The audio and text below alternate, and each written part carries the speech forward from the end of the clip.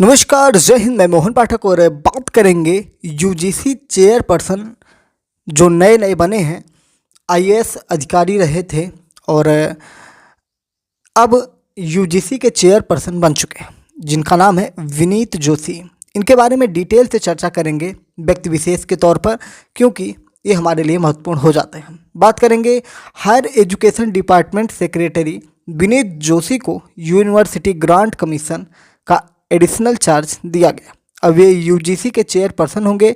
जोशी केंद्र सरकार में सेक्रेटरी हैं। ये फैसला हाल ही में UGC chairman professor Mamidala Jagadish Kumar के रिटायरमेंट के बाद लिया गया है। मामीडाला 8 अप्रैल को यूजीसी चेयरमैन के पद से रिटायर हुए। फुल टाइम अपॉइंटमेंट होने या अगले आदेश के आने तक जोशी इस पद पर बने रहेंगे। आपको बता दें कि विनीत जोशी का जन्म 2 नवंबर 1968 को उत्तर प्रदेश में हुआ था। विनीत ने आईआईटी कानपुर से मैकेनिकल इंजीनियरिंग में बीटेक किया। इसके साथ ही उन्होंने Indian institute of foreign trade नई दिल्ली से इंटरनेशनल बिजनेस में एमबीए किया है और गोल्ड मेडलिस्ट भी रहे। बाद में उन्होंने आईआईएफटी से क्वालिफाई मैनेजमेंट में पीएचडी की डिग्री हासिल कर ली। पीएचडी कर लिया इन्होंने।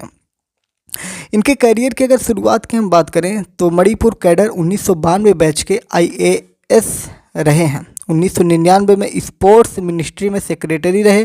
2000 से 2001 तक ministry of food processing industry में सेक्रेटरी रहे।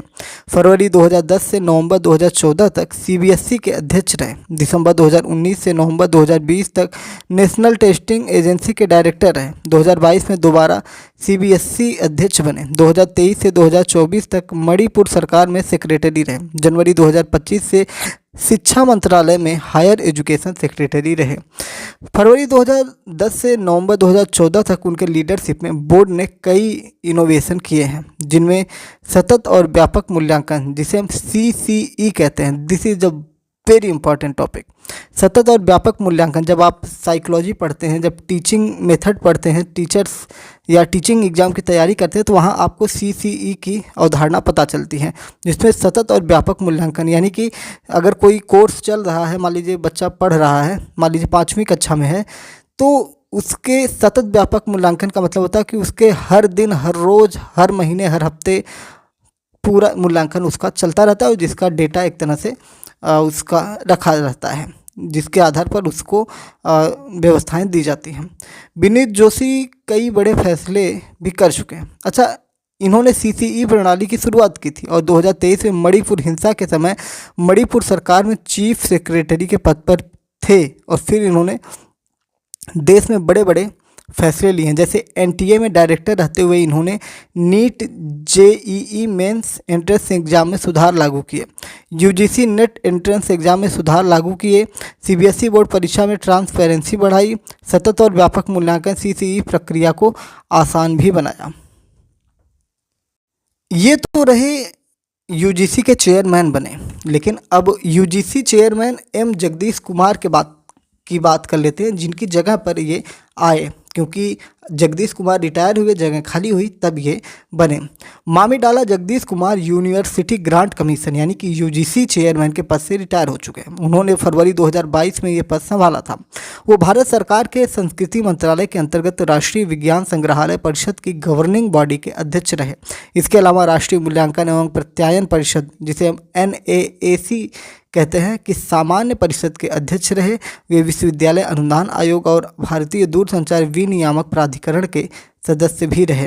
वर्तमान में वे साइंटिफिक रिपोर्ट्स के संपादकीय बोर्ड में शामिल हैं। Institute of electrical and electronic engineers, जिसे IEEE कहते हैं, USA द्वारा प्रकाशित IEEE journal of the electron devices society के एडिटर भी हैं। मामीडाला जगदीश कुमार का जन्म तेलंगाना के नलगोंडा जिले के टिपपर्थी मंडल के मामीडाला गांव में हुआ था। IIT मद्रास से इलेक्ट्रिकल इंजीनियरिंग में मास्टर्स किया और आईआईटी मद्रास से ही पीएचडी की थी। वाटरलू यूनिवर्सिटी कनाडा से पोस्ट डॉक्टरल रिसर्च की। 1994 से 1995 तक आईआईटी खड़गपुर में असिस्टेंट प्रोफेसर रहे। आईआईटी दिल्ली में इलेक्ट्रिकल इंजीनियरिंग डिपार्टमेंट में 1997 में एसोसिएट प्रोफेसर और जनवरी 2005 में प्रोफेसर बने। जनवरी 2016 में जेएनयू के वाइस चांसलर भी बने। फरवरी 2022 में यूजीसी चेयरमैन बने। यूजीसी चेयरमैन के तौर पर कुमार ने यूजीसी और पीजी शिक्षा में कई सुधार किए, जो आप देखेंगे नई शिक्षा नीति में भी इसका असर देखने को मिला था। इससे स्टूडेंट को एक से ज़्यादा विषय एक साथ चुनने की आज़ादी मिल गई थी। इनके कई बड़े फैसले हैं, अगर उनकी हम बात करें तो बहुत ही महत्वपूर्ण हो जाएगा। जैसे CUET में ग्रेजुएशन और पोस्ट ग्रेजुएशन में कॉमन यूनिवर्सिटी एंट्रेंस टेस्ट लागू किया था। और इन्होंने ड्यूल डिग्री कोर्स, मतलब 2 डिग्री कोर्स, इसमें स्टूडेंट एक साथ 2 यूनिवर्सिटी से डिग्री ले सकेंगे, ये भी प्रावधान किया। एक्सटेंडेड डिग्री प्रोग्राम, जैसे कोर्स ड्यूरेशन घटाया या बढ़ाया जा सकेगा। वहीं सेमेस्टर सिस्टम का प्रोग्राम, एनुअल डिग्री प्रोग्राम को सेमेस्टर सिस्टम में बदला, जो आज के समय में सभी यूनिवर्सिटी फॉलो कर रही हैं। फॉरेन एजुकेशन में स्टूडेंट को देश में ही विदेशी इंस्टीट्यूट की डिग्रियां दी जाने की व्यवस्था इन्होंने की कि भारत में ही रहिए और आपको डिग्री फॉरेन, मतलब विदेशी इंस्टीट्यूट की डिग्री मिल जाएगी। एंट्रेंस एग्ज़ाम में बदलाव इन्होंने किया, जैसे UGC, NEET, NET, JEE mains entrance नियमों में बदलाव का प्रस्ताव इन्होंने ही दिया था। असिस्टेंट प्रोफेसर एलिजिबिलिटी क्राइटेरिया को भी इन्होंने ही बनाया था, जिसमें प्रोफेसर के लिए पीएचडी होना अनिवार्य नहीं होगा। नेट पास करने वाले कैंडिडेट्स एलिजिबल होंगे। अगर आपने नेट क्वालिफाई किया है तो पीएचडी की अनिवार्यता खत्म हो जाती है। मामी डाला nano electronic devices, nano scale device modelling और सिमुलेशन, इनोवेटिव डिवाइस डिज़ाइन और पावर सेमीकंडक्टर डिवाइस के क्षेत्रों में अपने कामों के लिए जाने जाते हैं। इन क्षेत्रों में 3 किताबें, 4 चैप्टर बुक और 250 से ज़्यादा पब्लिकेशन पब्लिश किए हैं। सेमीकंडक्टर डिवाइस डिज़ाइन योगदान के लिए 29वें IETE Ramlal Wadhwa gold medal से इन्हें सम्मानित भी किया गया। आईआईटी दिल्ली से 2013 में शिक्षण में उत्कृष्टता के लिए इन्हें अवार्ड भी दिया गया है। जगदीश के कार्यकाल में सबको विवादास्पद फैसलों में से एक यूजीसी केयर लिस्ट को बंद करना था। ये एकेडमिक मैगजीन की एक लिस्ट थी जिसे पहली बार 2018 में शुरू किया गया था। इस लिस्ट को अब 8 नए क्राइटेरिया के मुताबिक मैगजीन को चुनने के लिए सजेशन फॉर्मेट में बदल दिया गया है।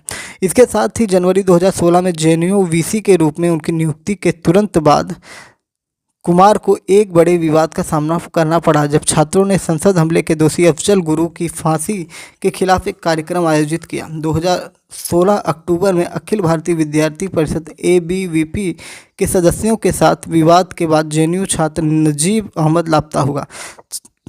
छात्र के लापता होने के बाद व्यापक विरोध प्रदर्शन हुए और यूनिवर्सिटी प्रशासन के रवैये की आलोचना भी उस समय हुई थी। इस प्रकार से हमने दोनों लोगों के बारे में जान लिया, जो पूर्व में थे और जो वर्तमान में हैं। तो इससे क्या पता चलता है कि एमपीएससी हिंदी आपको डिटेल एक्सप्लेनेशन देता है, और इसके लिए क्या करना है, आपको चैनल के साथ जुड़ जाना है। तो एमपीएससी हिंदी को सब्सक्राइब करिए daily current affairs news analysis के लिए। जय हिंद, नमस्कार, भारत माता की जय।